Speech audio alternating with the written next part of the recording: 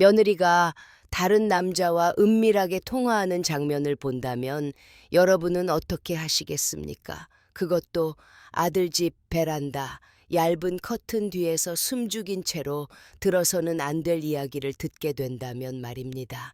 저는 그날 제 노년의 평범한 하루가 송두리째 무너질 줄 몰랐죠. 안녕하세요.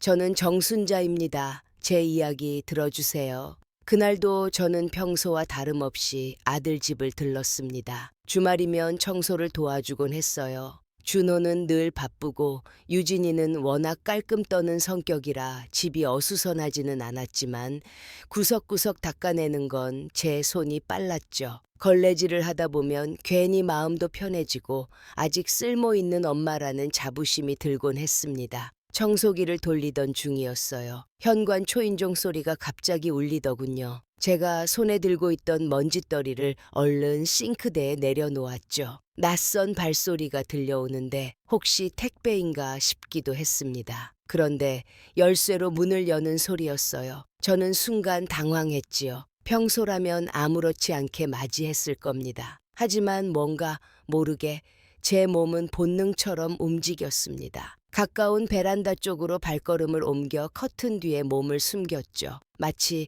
들켜선 안 될 것 같은 기묘한 예감이 들었어요. 커튼은 생각보다 얇았고 제 그림자가 드러나지 않을까 심장이 철렁했지요. 숨소리마저 조심스러웠습니다. 커튼 너머로 희미한 빛과 함께 거실의 실루엣이 스쳐갔습니다. 들어온 이는 며느리 유진이었어요. 그녀의 손에는 휴대폰이 쥐어져 있었고 목소리는 낮고 차분했죠. 하지만 내용은 전혀 차분하지 않았습니다. 응, 나 왔어. 오늘은 아무도 없어. 준호는 늦는다니까 걱정하지 마. 그래, 보험은 이번 달이면 갱신 끝나. 만약 그때쯤에 일이 생기면 우리가 원하는 대로 될 거야. 저는 그 말을 듣고 다리가 풀릴 뻔했습니다. 보험, 일이 생기면 도대체 무슨 소리란 말입니까? 저는 숨을 죽인 채 귀를 더 기울였어요. 유진의 목소리는 한없이 나긋했지만 그 속에 서늘한 칼날 같은 기운이 숨어 있었습니다. 아니, 걱정하지 마. 어머니는 눈치도 없고 그냥 청소만 하러 오시니까 아무 일도 모른 채 넘어가실 거야. 그 순간 제 심장은 쿵 하고 내려앉았지요. 제 이름 없는 그림자가 며느리의 입에서 눈치 없는 사람으로 불리고 있었습니다. 그 말은 곧 제가 커튼 뒤에 서 있다는 사실을 모른다는 방증이었고 동시에 저를 철저히 무시하고 있다는 뜻이기도 했습니다. 서러움과 두려움이 동시에 몰려왔어요. 하지만 그보다 더 큰 공포는 무슨 일을 꾸미고 있는가 하는 부분이었죠. 통화는 계속 이어졌습니다. 응, 그 사람도 준비 다 했대. 상황만 맞으면 바로 실행할 수 있대. 준호만 조금 더 지치게 만들면 돼. 그래야 자연스럽지. 숨죽인 제 귀에 며느리의 차가운 말들이 송곳처럼 꽂혔습니다. 아들을 지치게 만들다니, 실행한다니. 이건 단순한 바람이나 일탈이 아니었습니다. 무언가 더 크고 어두운 음모가 도사리고 있음을 느낄 수 있었지요. 저는 커튼 뒤에서 손바닥에 땀이 흥건히 차오르는 걸 느꼈습니다. 혹여나 심장이 두근거리는 소리가 밖으로 새어나가 유진의 귀에 닿을까 두려웠습니다. 커튼은 바람에 살짝 흔들렸고 그 작은 움직임조차 제게는 폭풍처럼 느껴졌어요. 혹시 들키면 어쩌나, 여기서 나오면 어떻게 되나 머릿속이 하얘지더군요. 그러던 찰나 며느리가 통화를 끊으며 한숨을 내쉬었습니다. 그 한숨조차 섬뜩하게 들렸습니다. 그녀는 거실을 서성이더니 창가 쪽으로 다가왔어요. 발걸음 소리가 가까워질수록 저는 눈을 꼭 감았습니다. 커튼 한 장 너머에 불과 몇 뼘 거리, 숨결이 닿을 만큼의 거리였죠. 순간 커튼이 살짝 흔들렸습니다. 제 어깨에 닿는 느낌이 섬뜩했지요. 그러나 다행히도 그녀는 창을 잠그고 뒤돌아섰습니다. 그제야 저는 안도의 한숨을 내쉬고 싶었지만 끝내 내뱉지 못했어요. 몸이 얼어붙은 듯 그저 서 있었죠. 그날 이후 제 마음은 평온할 수가 없었습니다. 평생 지켜온 가족이라는 울타리, 믿음이라는 끈이 한순간에 무너져 내렸습니다. 하지만 저는 깨달았습니다. 침묵한다고 해서 진실이 사라지는 것은 아니라는 것을요. 그래서 결심했어요. 그날 저는 결국 경찰을 부를 수밖에 없었어요. 그날 경찰에 신고 버튼을 눌렀던 제 손끝은 차갑게 떨리고 있었습니다. 하지만 막상 신고를 하고 나니 설명할 수 없는 두려움이 몰려오더군요. 내가 뭘 들은 거지? 경찰이 와도 증거가 될까? 커튼 뒤에서 들었던 그 음성은 제 귓가에 선명하게 남아 있었지만 눈으로 본 것도 아니고 손에 잡히는 물건도 없었으니까요. 경찰이 오면 오히려 제가 허둥대는 모습만 보일지도 모른다는 걱정이 들었죠. 다행히 출동한 경찰은 별다른 수상한 흔적을 찾지 못한 채 돌아갔습니다. 며느리 유진은 능청스럽게 웃으며 어머니 무슨 착각하신 거 아니에요? 요즘 많이 피곤하시죠? 라며 제 어깨를 토닥였어요. 그 말 한마디에 온몸이 굳는 기분이 들었지요. 마치 제가 꾸며낸 이야기꾼이라도 된 듯한 취급을 받았거든요. 아들 준호가 퇴근해 돌아왔을 때 저는 어떻게든 사실을 전해야겠다고 마음을 먹었습니다. 그런데 막상 입술이 떨어지지 않았습니다. 준호는 피곤해 보였고 얼굴에는 직장에서 하루 종일 사람들 틈바구니에서 지쳐 돌아온 기색이 역력했어요. 그런 아들을 붙잡고 내 아내가 수상하다 말하는 건 너무 가혹하다는 생각이 스치더군요. 결국 그날 밤은 아무 말도 하지 못한 채 잠자리에 들었죠. 다음 날 이상하게도 유진은 저에게 더 친절했습니다. 평소보다 다정한 목소리로 어머니 요즘 무릎은 괜찮으세요? 하고 묻더군요. 그런데 그 눈빛은 이상했습니다. 웃고 있는데 웃지 않는 눈, 말은 따뜻한데 뼛속까지 차가운 시선. 저는 그제야 깨달았죠. 그 아이는 제 눈치를 살피고 있었습니다. 제가 얼마나 알고 있는지 혹은 어디까지 말했는지를 떠보고 있었던 거예요. 그녀의 말은 계속 이어졌습니다. 어머니, 지난번 경찰 부른 건 저 사실 조금 당황했어요. 괜히 동네 망신되는 거 아닌가요? 준호 오빠도 힘든데 어머니가 이런 일로 신경 쓰시면 안 되잖아요. 그 순간 제 가슴이 답답하게 조여왔습니다. 그녀는 절대 정면으로 부인하지 않았습니다. 오히려 내가 잘못한 걸까? 라는 죄책감을 불러일으키는 방식으로 대화를 이끌었지요. 그렇게 저는 잠시 말문이 막혀버렸습니다. 하지만 제 안에서 뭔가 다른 힘이 꿈틀대고 있었어요. 내가 본 건 진짜다, 헛것이 아니다 하는 확신 말입니다. 며칠 뒤 저는 청소를 하면서 무심히 집안 구석을 살폈습니다. 원래는 먼지 한 톨이라도 닦아내려는 습관이었지만 이제는 제 눈길이 달라져 있었습니다. 작은 흔적 하나라도 놓치면 안 된다는 마음으로 방 안을 살펴봤죠. 그때 베란다 커튼에 묻어있던 낯선 향수 냄새가 제 코를 스쳤습니다. 유진이 평소 쓰던 꽃향기가 아니었어요. 저도 모르게 커튼을 움켜쥐며 이건 분명 다른 냄새다 라고 중얼거렸죠. 또 하나 이상한 점이 있었어요. 아이가 놀던 작은 블록 장난감 주변에 어른 남자의 신발 자국 같은 먼지 자리가 찍혀 있었지요. 아들의 발자국은 아닐 거라 직감했습니다. 준호는 워낙 신발을 벗고 들어오는 습관이 철저한 아이니까요. 그 순간 저는 오싹해졌습니다. 누군가 이 집에 다녀간 게 분명하다. 확신이 점점 짙어졌어요. 그날 밤 저는 손바닥만 한 수첩을 꺼내 들었습니다. 그리고 날짜를 적고 커튼 뒤에서 들었던 대사, 향수의 냄새, 신발 자국의 크기를 하나하나 기록하기 시작했죠. 유진의 말에 휘둘리지 않으려면 제가 본 것을 증거로 남겨야만 했습니다. 그 수첩은 제 무기였고 제 방패였지요. 하지만 유진은 만만한 상대가 아니었습니다. 그날 저녁 식탁에서 그녀가 불쑥 이런 말을 꺼냈습니다. 어머니, 요즘 뭐 적으시는 게 있던데 건강 일기라도 쓰세요. 저도 좀 보여주세요. 순간 저는 수첩을 들킨 줄 알고 온몸이 얼어붙었습니다. 그런데 다행히 제 방에 둔 채 문을 잠가두었기에 들키진 않았습니다. 그래도 며느리의 눈빛은 의심으로 가득 차 있었죠. 마치 제 머릿속까지 들여다보려는 듯 긴장된 침묵이 흘렀습니다. 그 침묵을 깬 건 제 심장이었습니다. 쿵쿵거리는 소리가 제 귀에만 크게 울렸지요. 그날 이후 저는 며느리의 미소가 두렵게만 느껴졌습니다. 그 미소는 다정함이 아니라 칼날을 감춘 가면이라는 걸 알게 되었으니까요. 하지만 동시에 제 안에서는 묘한 결심이 자라나고 있었습니다. 내가 지켜야 할 건 내 아들이다. 이 집이다. 그 마음이 더 단단해졌습니다. 그리고 마침내 저는 작은 단서를 하나 더 발견했습니다. 현관 택배 상자 위에 붙어있던 송장 수취인의 이름은 유진이었지만 글씨체가 전혀 달랐습니다. 낯선 남자의 필체였지요. 그 순간 저는 깨달았어요. 그 통화 속 목소리, 그 남자가 이 집과 연결되어 있다. 심장이 거세게 뛰었지만 동시에 이상하게도 제 눈빛은 흔들리지 않았습니다.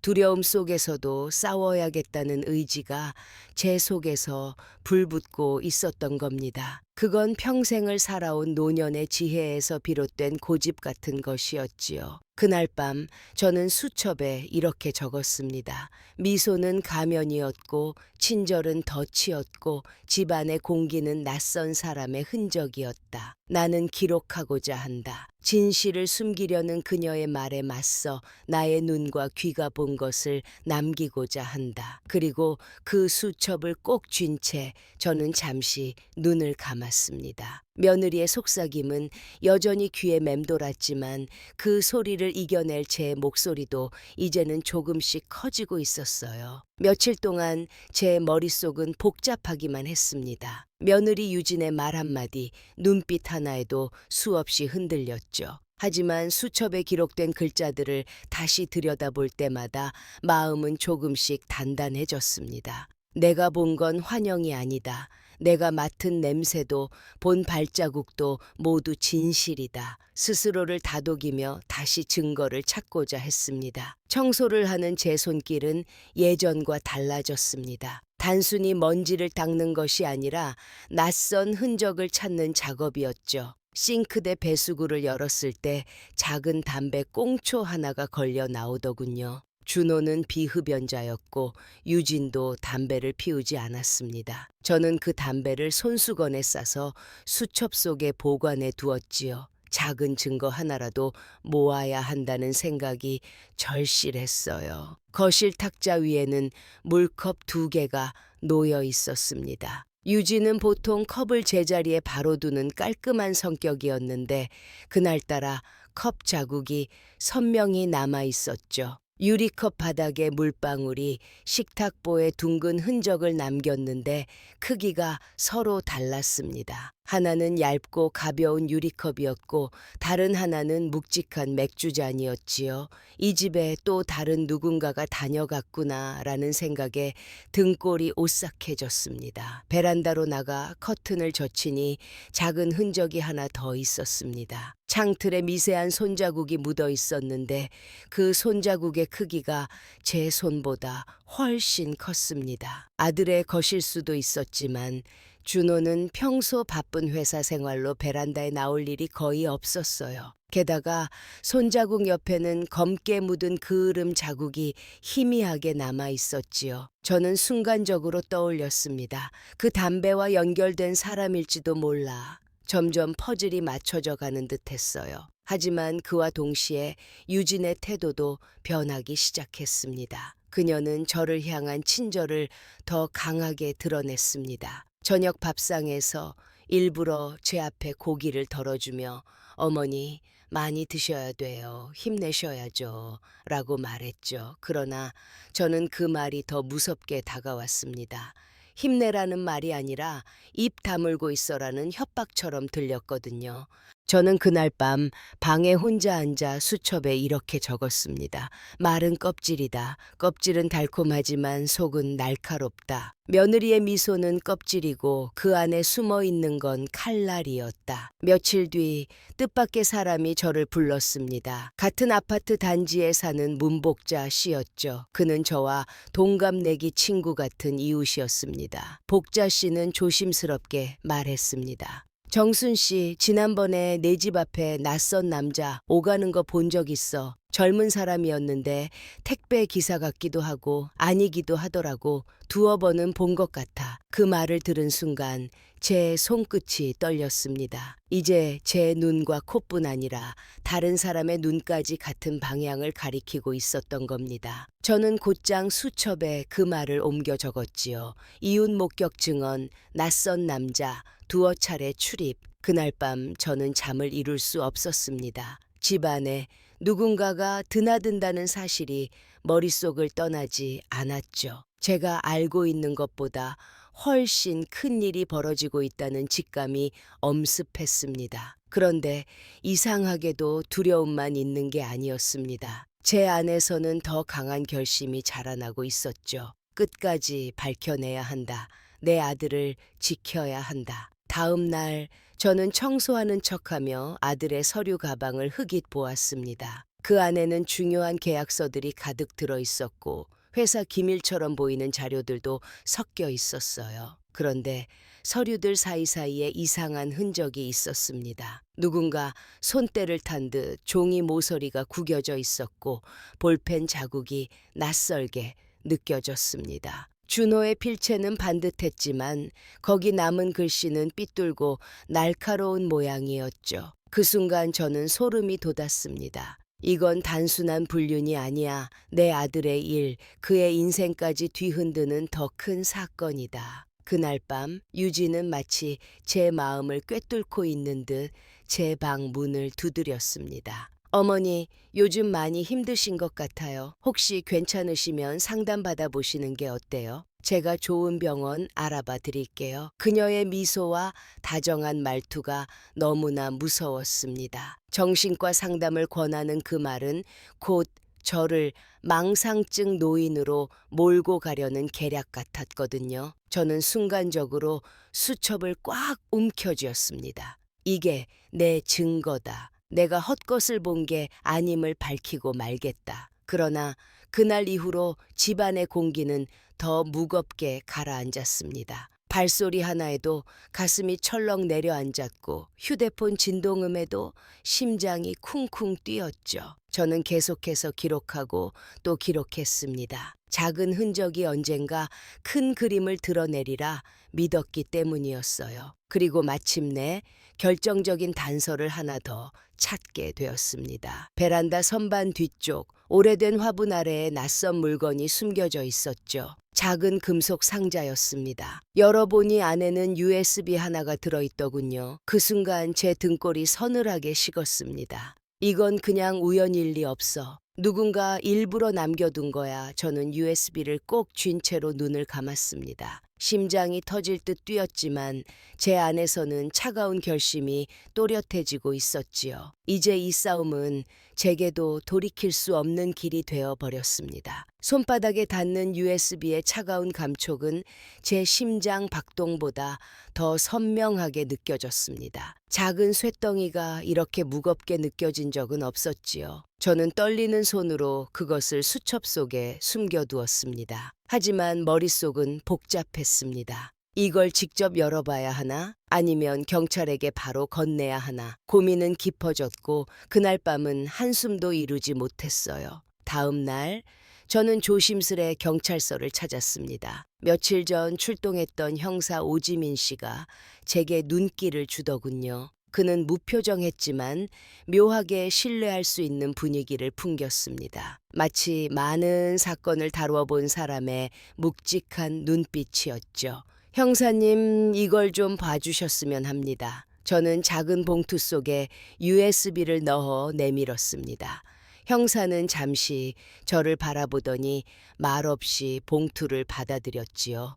이게 어디서 나온 겁니까? 베란다 선반 뒤 화분 밑에 있었습니다. 우연히 발견한 게 아니라 누군가 일부러 숨겨둔 것 같았어요. 형사는 곧바로 전산팀에 분석을 요청했습니다. 그 과정에서 저는 경찰 대기실에 앉아 차가운 벽시계를 바라보고 있었습니다. 초침이 움직일 때마다 제 심장도 덩달아 뛰었어요. 그러다 마침내 형사가 돌아왔습니다. 그의 표정은 미묘했습니다. 놀라움과 긴장, 그리고 약간의 확신이 섞여 있었지요. USB 안에는 영상 파일 몇 개와 문서 파일이 있었습니다. 형사의 말은 제 귀에 망치처럼 내려앉았습니다. 영상에는 차량 정비 내역, 보험 변경 서류, 그리고 어떤 남자의 음성이 녹음되어 있었어요. 그 순간 제 온몸이 굳었습니다. 이어지는 형사의 말은 더욱 충격적이었죠.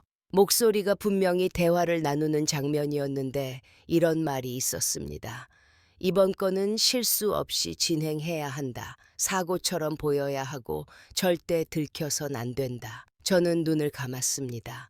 그 목소리는 낮고 차가웠습니다. 낯선 목소리였지만 묘하게 익숙한 어투였습니다. 아마도 며느리가 커튼 뒤에서 통화할 때 들렸던 바로 그 남자 K의 목소리였을 겁니다.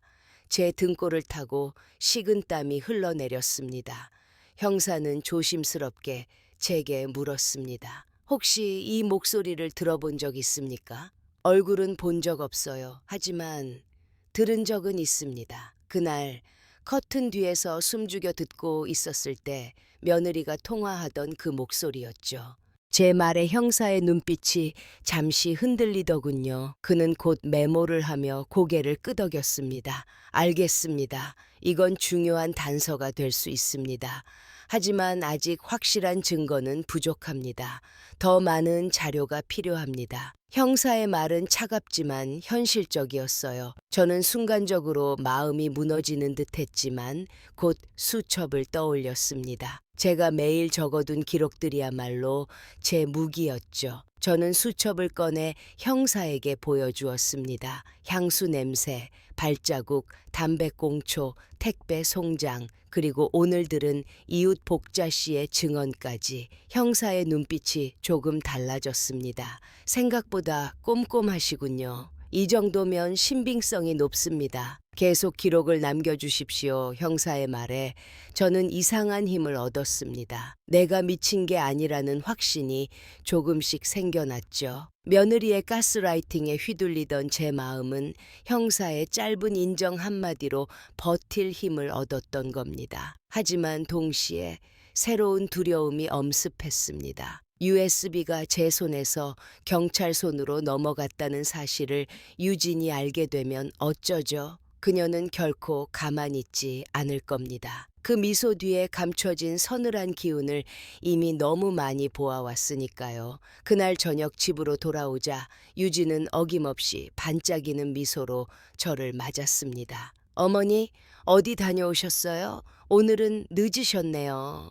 저는 순간 목이 바짝 타들어갔습니다.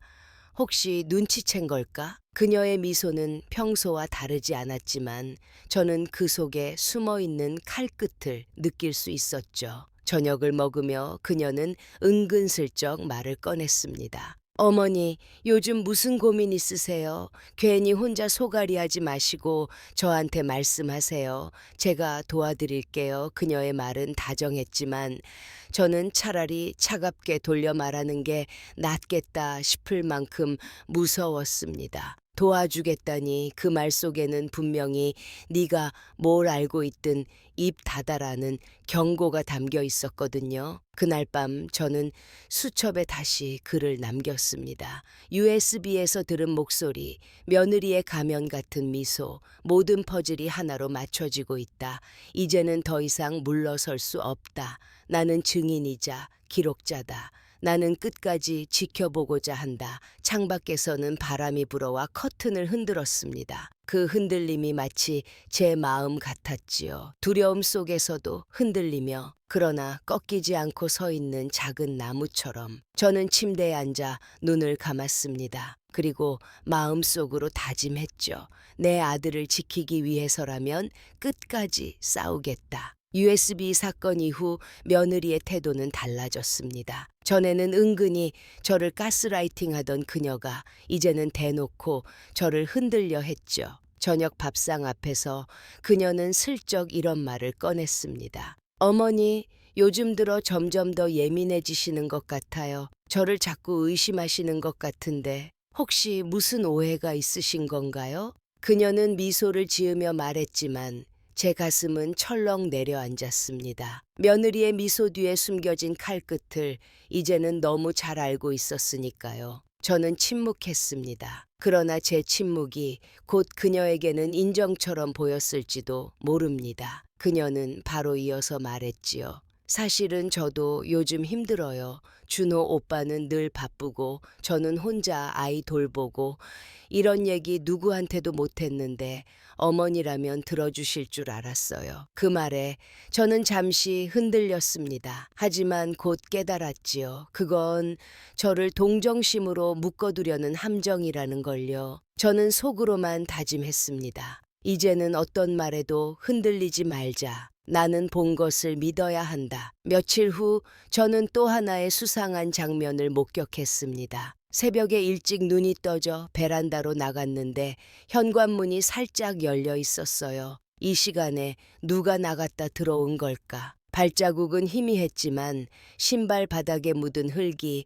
현관 매트에 찍혀 있었습니다. 준호의 것이 아님은 분명했죠. 저는 얼른 휴대전화 카메라로 찍어두었습니다. 그날 낮 이웃 문복자 씨가 또 저를 찾아왔습니다. 정순 씨, 지난번에 말한 그 남자 내가 또 봤어. 어젯밤에도 이 근처 배회하더라. 이상하게 집 쪽으로 시선을 두더라고. 그 이야기를 듣자 저는 소름이 돋았습니다. 제 눈에만 보이는 게 아니었어요. 다른 사람의 눈에도 포착된 거였지요. 저는 수첩에 적으며 마음속으로 생각했습니다. 이건 혼자만의 싸움이 아니야. 분명히 뭔가 벌어지고 있다. 며칠 뒤 경찰 형사 오지민 씨에게 다시 연락이 왔습니다. USB 분석 결과가 더 나왔다고 했지요. 경찰서에서 만난 형사의 표정은 여전히 담담했지만 그의 목소리는 묵직했습니다. 파일 중 일부는 삭제된 흔적이 있었습니다. 하지만 복구한 문서에서 이런 문장이 나왔습니다. 대상 박준호, 목표 사고 발생 시 보험 처리, 진행 담당 K. 그 말을 듣는 순간 제 몸에 전율이 흘렀습니다. 제 아들 준호의 이름이 그들의 목표로 적혀 있었던 겁니다. 제 아들을 사고로 몰아가려는 계획, 그 사실이 너무도 뚜렷하게 드러난 순간이었죠. 저는 숨을 삼켰습니다. 형사는 진지하게 제게 말했습니다. 이건 단순한 외도가 아닙니다. 금전적 목적이 얽힌 범죄일 가능성이 높습니다. 어머니, 앞으로 더 조심하십시오. 그날 집으로 돌아오는 길, 제 다리는 힘이 풀려 휘청거렸습니다. 그러나 동시에 제 마음속에서는 강한 결심이 불타올랐습니다. 이제는 내 두 눈으로 끝까지 지켜내야 한다. 내 아들이 당하기 전에 내가 막아야 한다. 그날 저녁 저는 일부러 유진의 눈치를 보지 않고 평소처럼 밥상을 차렸습니다. 제 속내를 감추고 태연하게 행동해야 했으니까요. 그런데 식사 도중 유진이 뜬금없이 이런 말을 하더군요. 어머니, 혹시 이번 주에 보험사에서 전화 온 거 받으셨어요? 집 전화를 확인했는데 기록이 있더라고요. 그 순간 저는 젓가락을 떨어뜨릴 뻔했습니다. 제 손이 조금 떨렸죠. 그러나 애써 태연하게 대답했습니다. 아니, 못 받았는데. 무슨 전화예요? 니? 모르죠. 별일 아니었을 거예요. 그냥 확인차 했나 보죠. 그녀의 말은 아무렇지 않게 흘러갔지만 저는 직감했습니다. 그녀는 제가 뭘 알고 있는지 떠보고 있던 겁니다. 제 심장이 쿵쿵 뛰었지만 저는 얼굴에 미소를 지어 보였습니다. 그 미소가 얼마나 어색했을지는 모르겠지만 최소한 제가 흔들리고 있다는 건 들키고 싶지 않았습니다. 그날 밤 저는 수첩에 이렇게 적었습니다. 사고는 자연스럽게 만들어지는 게 아니라 누군가의 손으로 짜이는 것. 그 손이 지금 내 아들을 향하고 있다. 나는 막고자 한다.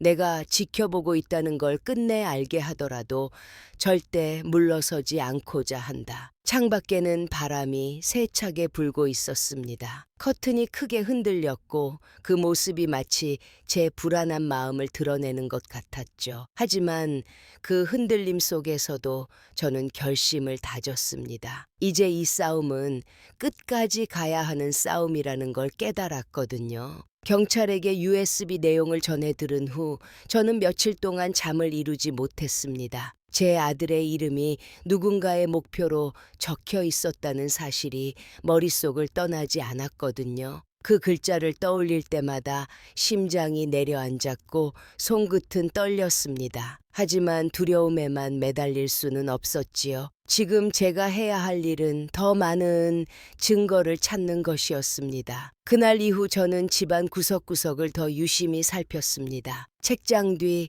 서랍 깊은 곳, 옷장 상단의 상자들까지 하나하나 열어보았어요. 그러던 중 이상한 점을 발견했습니다. 안방 옷장 구석에 있던 낡은 여행 가방이었는데 겉보기에 평범했지만 무게가 묘하게 묵직했습니다. 가방을 열자 안쪽에 또 하나의 작은 금고가 들어있었죠. 자물쇠가 걸려 있어 열 수 없었지만 그 순간 직감했어요. 여기 안에 무언가가 있다. 저는 그 금고를 바로 열 수 없었기에 우선 주변을 관찰했습니다. 그러다 서랍 안쪽 깊숙한 곳에서 낯선 열쇠 하나를 발견했어요. 열쇠 모양이 묘하게 금고의 자물쇠와 닮아 있더군요. 순간 심장이 쿵 하고 뛰었습니다. 저는 숨을 고르며 조심스럽게 금고를 열었습니다.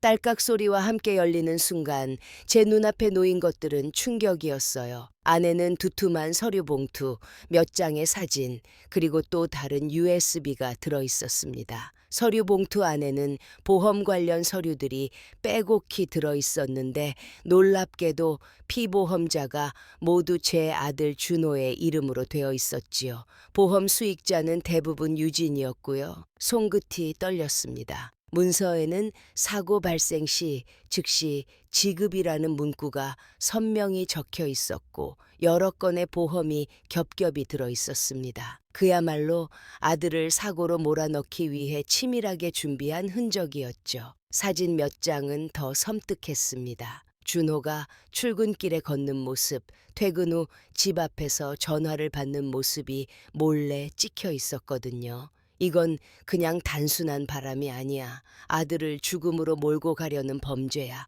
저는 속으로 그렇게 중얼거렸습니다. 눈앞이 아찔했고 손이 부르르 떨렸지요. 그날 밤 며느리 유진은 제게 평소보다 더 다정하게 다가왔습니다. 어머니, 요즘 무릎 괜찮으세요? 제가 파스 좀 붙여드릴까요? 그녀의 손길이 내 어깨를 스치는 순간 소름이 돋았습니다. 친절한 척 다가오는 그 손길 속에 서늘한 의도가 숨어 있는 걸 너무나 잘 알았거든요. 저는 최대한 태연하게 웃으며 고개를 끄덕였지만 속은 이미 얼어붙어 있었지요. 그날 이후 그녀는 더 적극적으로 저를 흔들려 했습니다. 어머니, 저 상담 다녀왔는데 의사 선생님이 그러시더라고요. 혹시 어머니도 한번 검진 받아보시면 좋을 것 같다고. 요즘 많이 불안해 하시잖아요. 그 말은 곧 저를 정신적으로 무너뜨리려는 수작이었죠. 저를 망상 노인으로 몰아붙여 증언을 무력화하려는 계획임이 분명했습니다. 그러나 저는 흔들리지 않았습니다. 제 손에는 이미 수첩이 있었고 그 안에는 진실의 조각들이 모이고 있었으니까요. 며칠 후 저는 용기를 내어 경찰 형사 오지민 씨를 다시 만났습니다. 금고 안에서 발견한 서류와 사진을 보여주었죠. 형사의 표정은 굳어졌습니다. 이 정도면 범행의 실체가 거의 드러났다고 봐야 합니다. 하지만 당사자의 직접적 연루 증거 그리고 공범인 K의 신원 확인이 필요합니다. 그의 말은 차가웠지만 동시에 제 마음에 불을 붙였습니다. 이제 여기서 멈출 수는 없었지요. 저는 형사에게 약속했습니다. 더 찾아내겠습니다. 이 집 안에 아직 숨겨진 게 있을 겁니다. 제가 지켜보고 기록하고 증거를 모으고자 합니다. 그날 밤 집에 돌아오니 유진이 저를 빤히 바라보고 있었습니다. 그녀의 눈빛은 평소보다 더 날카롭고 서늘했어요.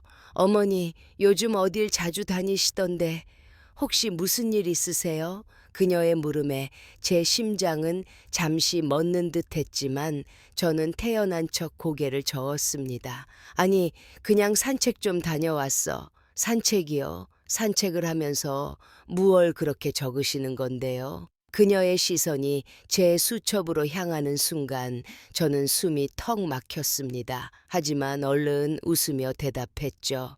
건강 기록이지. 혈압이랑 맥박을 적는 거야. 나이 드니 그런 게 필요하더라고. 그녀는 미소를 지었지만 그 눈빛은 절대 웃고 있지 않았습니다. 오히려 조만간 들춰내겠다는 경고처럼 보였지요. 저는 다시 한번 수첩을 품에 꼭 끌어안았습니다. 그날 밤 창밖에서 바람이 세차게 불어왔습니다. 커튼이 크게 흔들렸고 그 소리에 제 심장은 덩달아 쿵쿵거렸습니다. 하지만 저는 두려움에만 머물지 않았습니다. 오히려 결심이 더욱 단단해졌지요. 나는 끝까지 기록할 것이다. 내 아들을 노리는 자들이 어떤 짓을 꾸미는지 나는 지켜보고 밝히고자 한다. 금꽃 속에서 발견한 서류와 사진을 경찰에게 건네고 돌아온 날, 제 마음은 여전히 무거웠습니다. 확실한 증거를 확보했다는 안도감이 잠시 스쳤지만 곧 깊은 갈등이 몰려왔습니다. 이제라도 아들 준호에게 사실을 말해야 하나? 아니면 끝까지 지켜보다가 확실한 순간에 알려야 하나? 두 가지 생각이 번갈아가며 제 마음을 괴롭혔지요. 밤늦게 퇴근에 들어온 아들을 보니 마음이 더 복잡했습니다. 지친 얼굴로 넥타이를 느슨하게 풀며 "엄마, 저녁 먹었어요?" 라고 묻는 아들의 목소리는 언제나처럼 다정했죠. 순간 제 가슴이 먹먹해졌습니다. 이 아이가 내가 목숨 걸고 지켜야 할 이유구나. 그러나 그 다정한 목소리 뒤에 드리운 위험을 아들이 모른다는 사실이 더 가슴을 저렸습니다. 그날 밤 저는 결국 잠을 이루지 못했습니다. 아들의 방 앞에서 한참을 서성이다가 겨우 발길을 돌렸습니다. 제 입술 끝에서 "네, 아내가 널 해치려 한다라는 말이 수없이 맴돌았지만 도저히 꺼낼 수가 없었거든요. 혹시라도 제가 잘못 본 거라면 아들의 가정을 제가 직접 무너뜨리는 꼴이 될 테니까요. 며칠 후 형사 오지민 씨를 다시 만났습니다. 그는 제 갈등을 듣고 잠시 침묵하다가 말했죠. "어머니, 자식 지키고 싶은 마음은 이해합니다. 하지만 무턱대고 사실을 말하면 아들이 받아들이지 못할 수도 있습니다. 오히려 아내 편을 들며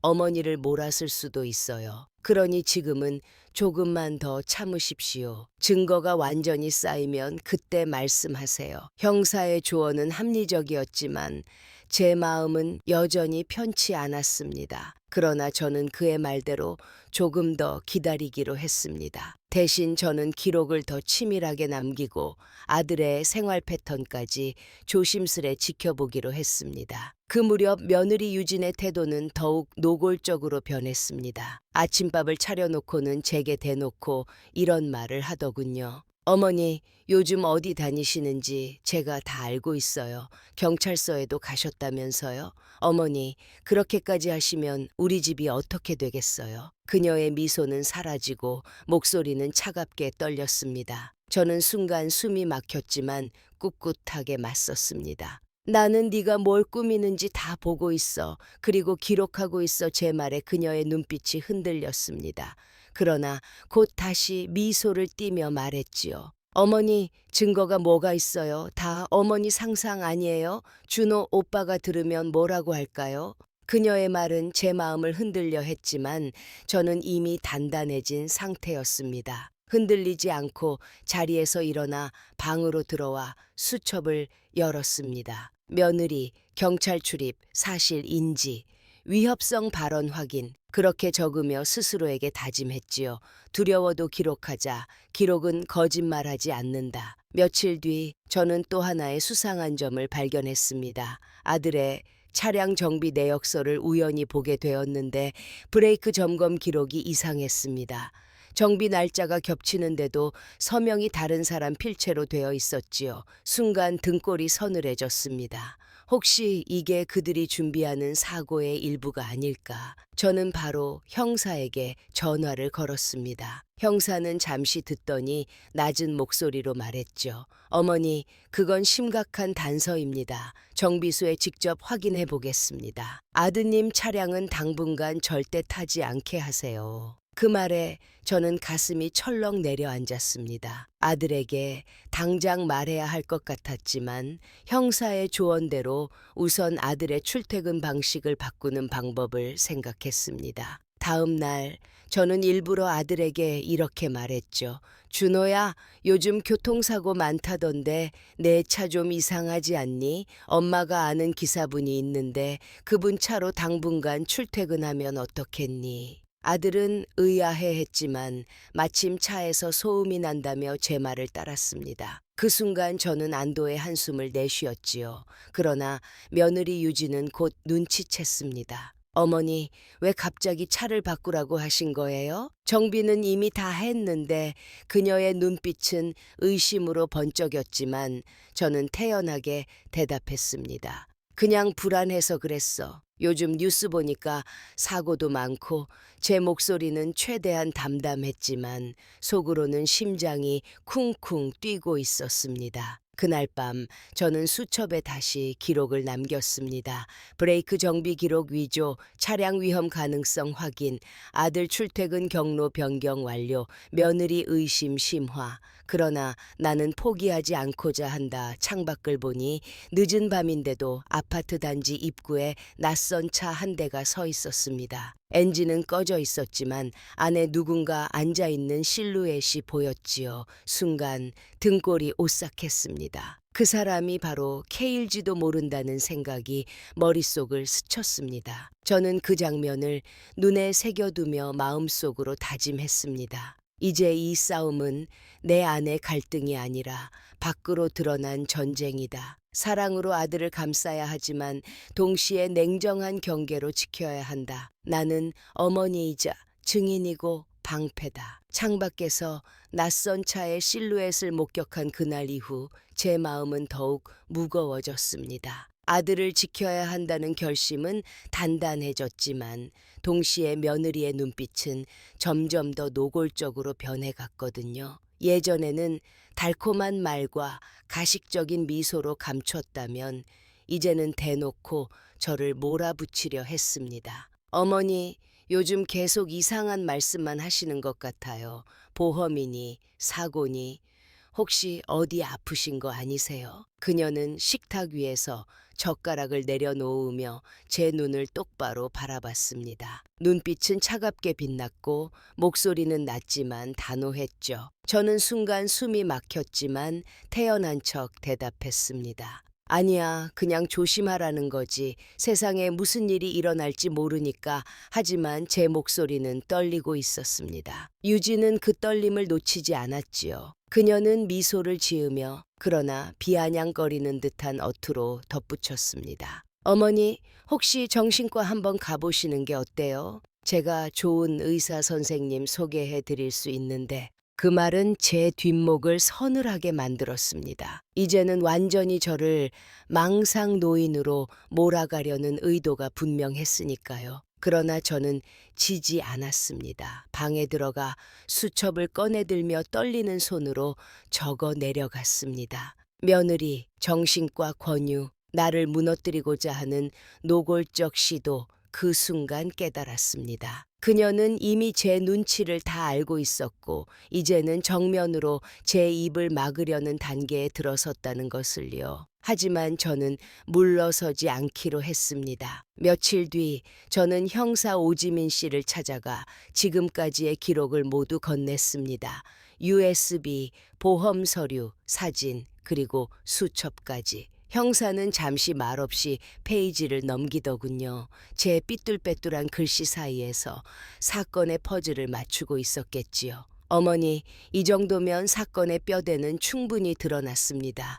이제는 저희가 더 깊이 파고들 수 있습니다. 하지만 조심하십시오. 상대가 눈치챘을 가능성이 큽니다. 그 말에 저는 고개를 끄덕였습니다. 두려웠지만 동시에 묘한 안도감이 밀려왔습니다. 드디어 제 기록이 빛을 발하고 있다는 생각 때문이었죠. 하지만 그날 저녁 예상대로 일이 터졌습니다. 유진이 거실에서 저를 불러 앉히더니 노골적으로 말했습니다. 어머니, 솔직히 말씀드려요. 제가 이렇게 눈치 보며 사는 것도 지쳤어요. 그냥 말씀드릴게요. 이 집은 이제 제 집이에요. 어머니는 손님일 뿐이에요. 그녀의 눈빛은 더 이상 감추지 않았습니다. 그 눈은 차갑고 잔인했습니다. 순간 등골이 오싹했지요. 저는 입술을 깨물며 대답했습니다.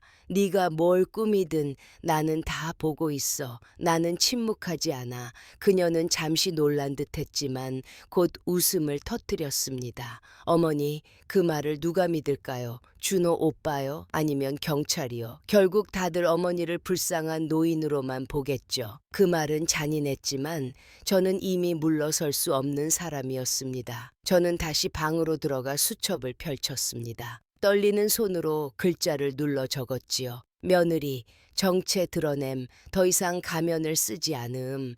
나는 끝까지 싸우고자 한다. 그날 밤 아들은 늦게 돌아왔습니다. 피곤한 얼굴로 집에 들어온 아들은 아무것도 모른 채 제게 미소를 건넸습니다. 저는 그 미소를 보며 눈물이 핑 돌았습니다. 하지만 꾹 참고 웃어 보였지요. 이 아이를 위해서라면 어떤 위협도 버텨내야 한다. 그러나 제 마음속 두려움은 여전히 사라지지 않았습니다. 창밖을 보니 또다시 낯선 차가 서 있었고 희미한 불빛 속에 그림자가 움직이고 있었습니다. 그 순간 제 직감은 분명히 말해주었죠. 그게 K다. 그 남자가 점점 가까워지고 있다. 저는 창문을 닫고 커튼을 내리며 속으로 다짐했습니다. 끝까지 버티자. 끝까지 지켜보자. 나는 더 이상 도망치지 않는다. 내 아들을 위해, 진실을 위해 싸우고자 한다. 창문 너머 낯선 차의 그림자를 본 그날 이후 저는 더 이상 시간을 지체할 수 없다고 생각했습니다. 이제는 싸움이 끝을 향해 가고 있었지요. 제 안의 두려움은 여전히 컸지만 그보다 더 큰 건 내 아들을 반드시 지켜야 한다는 결심이었습니다. 다음 날 저는 형사 오지민 씨를 다시 만났습니다. 수첩과 함께 지난밤에 본 낯선 차 이야기를 전했죠. 형사는 곧장 단지 CCTV를 확인했고 거기에는 실제로 검은 세단이 밤마다 몇 차례 드나드는 모습이 담겨 있었습니다. 차주 조회 결과 그 차량은 K라는 남자의 이름으로 등록되어 있었지요. 드디어 그 목소리의 주인이 구체적으로 드러나기 시작했습니다. 형사는 심각한 표정으로 말했습니다. 어머니, 이제 결정적인 순간이 다가왔습니다. 하지만 위험도 커졌습니다. 조심하시고 혹시라도 며느리가 뭔가 이상한 행동을 보이면 바로 연락하십시오. 저는 고개를 끄덕였지만 마음속은 이미 단단히 굳어져 있었습니다. 이 싸움은 제가 시작한 게 아니라 제 아들을 지키기 위해 떠맡은 것이었지요. 그날 저녁 아들은 늦게까지 회식이 있다고 했습니다. 집안에는 저와 며느리 유진만 남아 있었죠. 정적이 흘렀습니다. 저는 부엌에서 국을 끓이고 있었고 그녀는 거실에서 휴대폰을 붙들고 있었습니다. 그런데 문득 그녀의 목소리가 귀에 들어왔습니다. 네, 오늘 밤이면 정리될 거예요. 차는 이미 준비됐고 보험도 확인 끝났어요. 네가 말한 대로 하면 돼요. K. 그 순간 제 손에서 국자가 떨어졌습니다. 쨍그랑 소리가 주방에 울려 퍼졌죠. 유진이 고개를 돌려 저를 바라봤습니다. 우리 시선이 마주쳤습니다. 그 눈빛은 더 이상 가면을 쓰지 않은 차갑고 서늘한 본색이었지요. 어머니, 다 들으셨어요? 그녀의 말은 낮았지만 칼끝처럼 예리했습니다. 저는 심장이 멎는 듯 했지만 담담히 대답했습니다. 그래, 네가 무슨 짓을 꾸미는지 이제 다 알았다. 그 순간 초인종이 울렸습니다. 경찰이었습니다. 저는 낮에 형사에게 연락하며 혹시 모를 상황에 대비해 두었거든요. 경찰이 들이닥치자 유진의 얼굴은 하얗게 질렸습니다. 그녀는 황급히 무언가 변명하려 했지만 경찰은 휴대폰을 확보하고 곧장 수갑을 채웠습니다. 잠시 후 K 역시 아파트 단지 입구에서 붙잡혔습니다. 그의 차량 안에서는 조작된 차량 부품 그리고 범행 계획 문서들이 발견되었지요. 모든 퍼즐이 드디어 맞춰졌습니다. 아들 준호가 경찰서로 불려와 상황을 전해 들었을 때 그는 처음엔 믿지 못했습니다. 그러나 USB, 보험 서류, 사진, CCTV 그리고 제 수첩의 기록들이 모두 합쳐지자 그는 결국 무너져 흐느꼈습니다.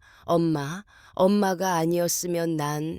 그 말을 들으며 제 눈에서도 눈물이 쏟아졌습니다. 하지만 저는 눈물을 닦으며 담담히 말했죠. 아무리 가족이라 해도 진실을 외면하면 안 된다. 사랑은 눈 감는 게 아니라 지켜내는 거더라. 사건은 곧 언론에도 알려졌습니다. 아내와 공범, 남편을 보험금 대상으로 노린 계획범죄라는 제목이 헤드라인을 장식했지요. 사람들은 혀를 찼습니다. 하지만 저에게 중요한 건 세상의 시선이 아니었습니다. 오직 제 아들이 무사히 제 곁에 있다는 사실, 그것만이 전부였지요. 며칠 후 경찰서에서 돌아오던 길, 이웃 문복자 씨가 저를 붙잡았습니다. 정순 씨, 정말 대단하네. 보통은 그냥 넘어갔을 텐데 끝까지 밝혀내셨잖아. 덕분에 큰일 막았어. 그 말에 저는 쓴웃음을 지었습니다. 대단하다기보다는 그냥 어쩔 수 없어서 버틴 것뿐이었거든요. 그러나 그녀의 말이 작은 위로가 되어 주었습니다. 집에 돌아와 텅 빈 거실에 앉았습니다. 고요 속에 앉아있자니 그동안의 긴장과 두려움이 한꺼번에 몰려왔습니다. 하지만 동시에 알 수 없는 평안이 밀려왔지요. 저는 수첩을 마지막으로 펼쳐 글을 적었습니다. 모든 것이 드러났다. 유진과 K는 가면을 벗었고 진실은 밝혀졌다. 나는 단순한 어머니가 아니라 증인이었다. 사랑은 경계 속에서 지켜낸 것이었고 지혜는 기록 속에서 살아난 것이었다. 이제 나는 다시 평범한 하루를 살고자 한다. 그렇게 적은 뒤 수첩을 덮었습니다. 그리고 창밖을 바라봤습니다. 바람은 여전히 커튼을 흔들었지만 그 흔들림은 더 이상 두려움이 아니었습니다. 오히려 제 마음속에 남은 작은 떨림 같은 것이었죠.